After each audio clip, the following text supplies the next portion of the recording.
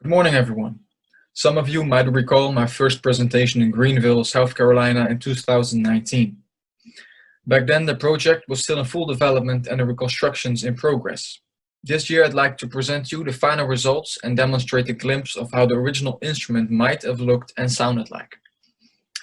I'd like to mention that Manu Frederiks, who is an associate conservator at the Objects Conservation Department at the Metropolitan Museum of Art, is a co-author of this presentation.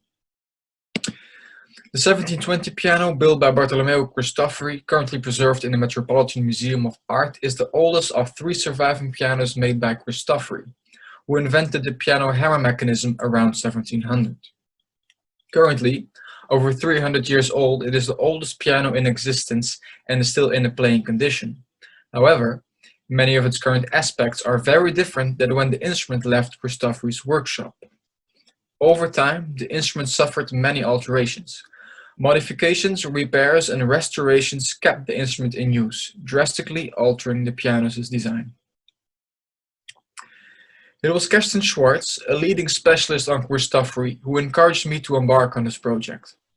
It was also Kerstin who guided me through the initial process, by starting with an in-depth preliminary research of Cristofori's extant instruments and a thorough study of his other two remaining pianos, the 1722 in Rome and 1726 in Leipzig, which we both examined together in the fall of 2017. All of Cristofori's three pianos are ostensibly quite similar, as you can see here where they are displayed side by side. In the spring of 2018, we both traveled to New York, where we had 4 days to fully measure, study and photograph the 1720 piano. With the gathered information, I started by making one-to-one CAD drawings of the current state of the instrument, as no drawings did yet exist. This study of the 1720's current state presented an excellent opportunity to fully document the many alterations it underwent and to revisit some of the previous research carried out by other scholars. Currently, its original sound and playability is irretrievably lost. Thus, any attempt to restore it to an earlier, more original-like state would in fact bring it yet another step further from its original condition, losing whatever few surviving traces of that condition and the instrument's history. Henceforth, the goal of this project was to make a well-informed reconstruction of the instrument's hypothetical original state, using materials and techniques similar to the original. For the sake of comprehensibility, I will only describe the major alterations in this presentation. For the ones for you who are less familiar with piano actions, I will give a brief explanation about the main terminology of the hammer action. This is a schematic of the reconstructed 1720 hammer action, in which we can see a string, a key, one of the hammers with its hammer head, the balance rail sitting under the keys so that when you push the key lever down, its back end goes up and engages the hammer, the balance pin, which secures the key to the rail, while still allowing it to move. And finally, the rest plank or pin block, holding the tuning pins to which the strings are attached, and the nut, which keeps the strings in place and together with the bridges on the soundboard defines the string length. A short video of the reconstructed 1720s action model will now follow.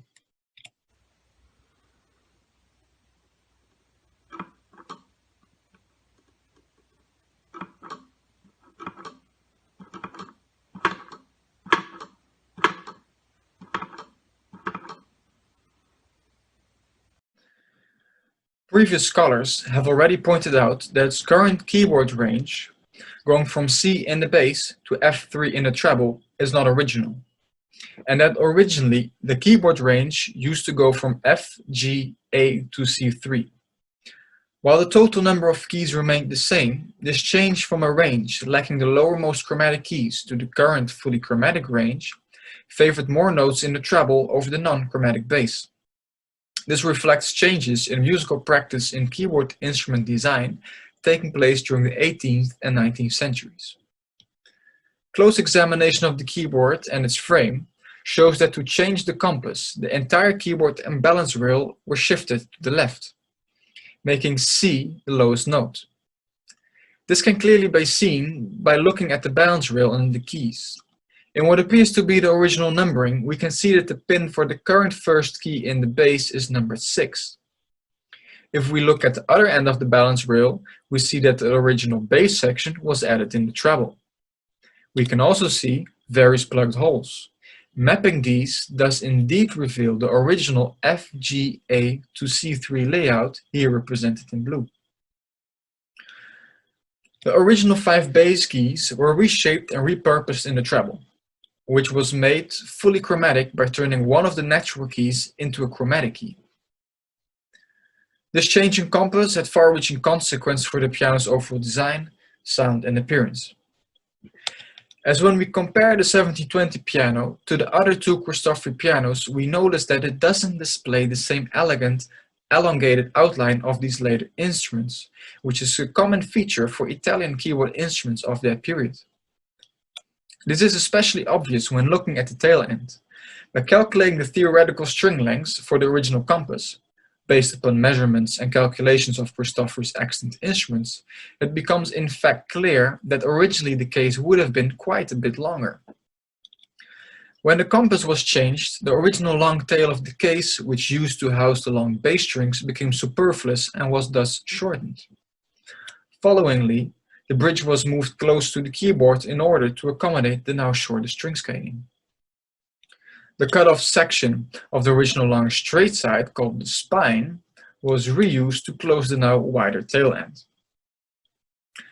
When we compare this longer, reconstructed state to the two later Cristofori pianos, we can see that its outline indeed matches those of the other two much more closely.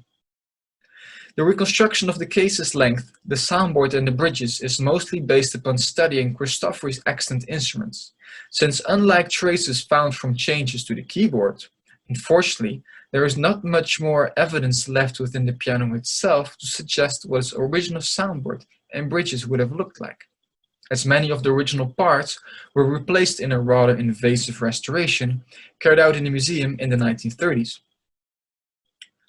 Soon after the Cristofori piano entered the museum in 1896, trading the moderate climate of northern Italy for the harsh, dry New York winters and its hot, humid summers, the soundboard started to develop large cracks, as was noted by curator Francis Morris in 1914.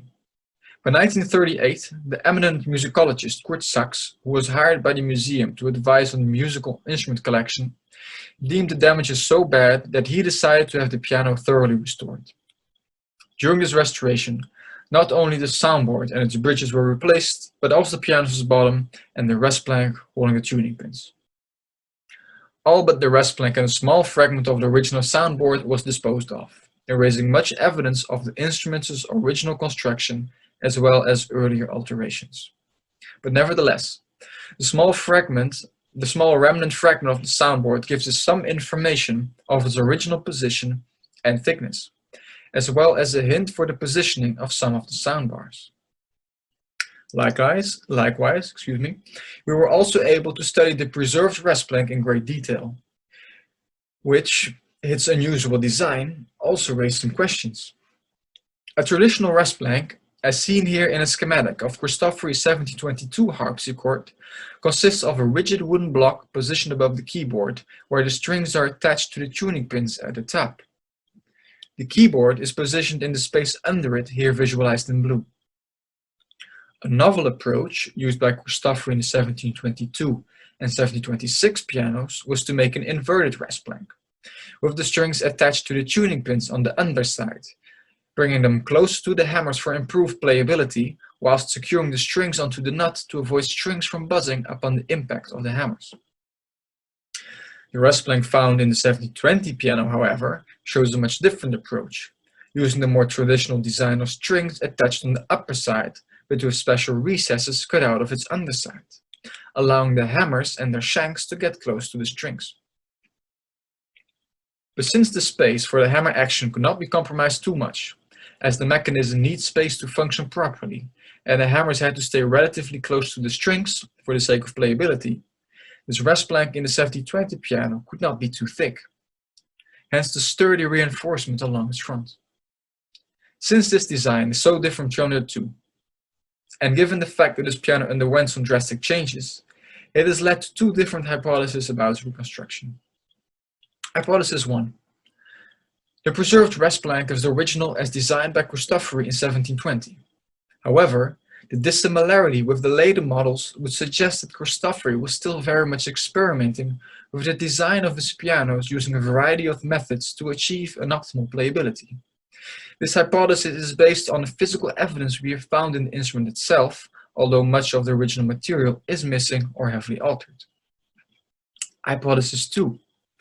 The current rest plank design is a later alteration replacing an original inverted rest plank to conform to a more traditional layout with the strings attached to the upper side. This would indicate that Cristofori already had a solid design for his pianos by 1720, after a lifetime of designing various keyboard instruments, although still experimenting with minor details in his hammer action, such as the type of wood and/or shape of the different elements. Although, so far, there is no physical evidence in the current 1720 piano that supports this hypothesis, neither any literary nor iconographical sources. Rather, it is based upon comparison with his other surviving instruments. With so much of the original material missing, it is difficult to know for certain which of both hypotheses is right. Furthermore, once you start discarding material or plausible original material and there is no real evidence to justify do so, the possibilities of reconstruction become very broad. Which is why I decided to build two reconstructions, each using a different rest plank design. The first hypothesis, with the rest plank as how it currently is in the 1720 piano. And the second hypothesis, with the inverted rest plank, is in the two other pianos, but of which I will show some more pictures at the end. But first, to further complicate the matter, there are some more alterations that the hammer action underwent, possibly on more than just one occasion. One of such alterations can be seen in the current hammer hand. Not only is their current shape much heavier than was found in the other two Cristofori pianos, their height contradicts the very specific design of the tapered recesses cut out of the underside of the rest plank. It is thought that these recesses were created to allow hammers with a much shorter head to reach the strings. The current hammers make these recesses redundant, as can be seen in this image. I therefore believe that the original hammers were much shorter and lighter like those in the other two Cristofori pianos. Here at the top right, you see the 1722 hammer, which consists of a little block of wood topped with leather, and the 1726 beneath, which uses paper cylinders, also topped with a strip of leather. The specific convex round shape of the current hammer extensions, here encircled in red, seems somewhat odd and is assumed to have at some point accepted possibly original paper or parchment cylinders as heads like those found in the 1726 piano, an invention by Cristofori in order to create lightweight hammers. If this assumption is correct, there would have been at least three different stages in the hammer action. 1. Possibly original short and lightweight paper or parchment cylinders, like those found in the 1726 piano, necessitating a tapered recessed rest plank. 2. The cylinders were temporarily removed in order to remove the original bases and to replace these with higher extensions, finally reusing the cylinders. This resulted in an intermediate design using wooden extensions to bring the paper or parchment cylinders close to the strings, probably intended to improve playability, and the remnants of which are still visible on some of the hammers. But so stage 3. The paper cylinders were removed and replaced with the current design using solid wooden hammerheads covered with leather, like those found in later pianos, possibly installed to achieve a louder, more modern sound. These various stages may or may not coincide with alterations made to the keyboard, which was another major alterations the hammer action underwent before the alteration of the instrument's range, which I explained in the beginning. Here you see the 1720 keyboard in its current state. If you look closely, all the keys shorten progressively from bass to treble and are slightly tilted to the right. Schematically, that looks like this. Only the lowest and upper keys are represented, but it visualizes their orientation. Reconstructed, however, it used to look like this, where all the keys are perpendicular to the front and slightly longer. The area demarcated in red is the section which was removed from within the keys, traces of which are still clearly visible, as in the current key of B2. It was shortened in the front, as the trace of the saw cut reveals, and furthermore it was also extended at its rear to still actuate its respective damper. This was done in order to bring the striking points of the hammers closer to the nut. This affected the instrument's playability and sound. These are quite some drastic alterations, but which are not directly visible from the exterior. And it is unknown when all these alterations to the hammer action and case were made, but we do know many of them took place before 1874. Because in that year, the Italian scholar Letto Politi published a work on the Medici court and the origins of the piano, including this diagram of the 1720 piano action, showing the current hammer design with the extended solid hammers and non-original leather hinges. The only other known date of an intervention is that of 1875, the year in which Cesare Ponsicchi conducted the restoration, which he signed and dated on the hammer rack of the action. It is unclear what the extent of this restoration was, but clearly many of the alterations had already taken place at an earlier stage. Another important detail I'd like to briefly mention is the current 1720s black color, which is not original. In Politi's 1874 description of the instrument, he states, "The external shape of this small pianoforte does not differ at all from that of ancient harpsichords, without pedals and without registers. The aspect is very modest, being the simple case dyed a greenish gray without ornament of any kind."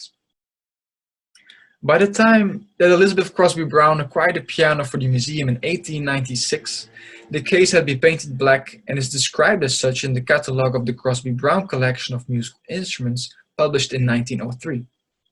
This black color would have been in fashion with most late 19th century pianos and might have been applied before selling the instrument to Mrs. Brown. According to traces of pigments found in the 1720s finish, through a study carried out by the museum's staff, its original color would have yielded a bright green, somewhat like that of the harpsichord on the right by the Portuguese maker Joaquim José Antunes. And an interesting side note here is that almost all surviving 18th century harpsichords and pianos from Portuguese makers, who were heavily influenced by Cristofori's work, are green. And so, this is the first reconstruction hypothesis fully finished. And as the current 1720 piano, it has the non-inverted rest plank with the strings attached to the upper side, with its hammer action taken out of the case, the keyboard, the reconstructed hammerheads assimilating the 1726 heads, and the second reconstruction hypothesis using the inverted rest plank, with the strings attached to its underside, assimilating the 1722 and 26 pianos, but still without its lid, stand, and hammer action, as it still remains to be finished in the upcoming year. To finish, we'll listen to a sarabande in D minor by Handel, played by Guy Pinson on the first reconstruction hypothesis during the graduation festival of our school last September.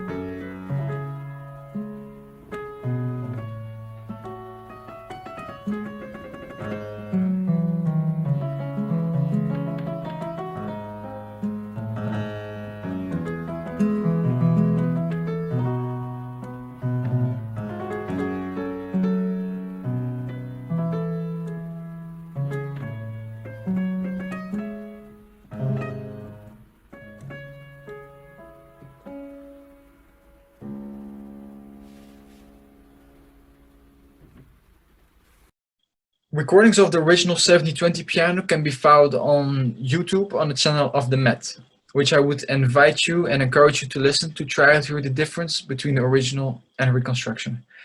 Finally, of course, I'd like to thank everyone who has been involved and who supported me along this journey. Special thanks too to the museum and its staff for opening the doors and making this happen. Thank you once more, and thank you for your attendance.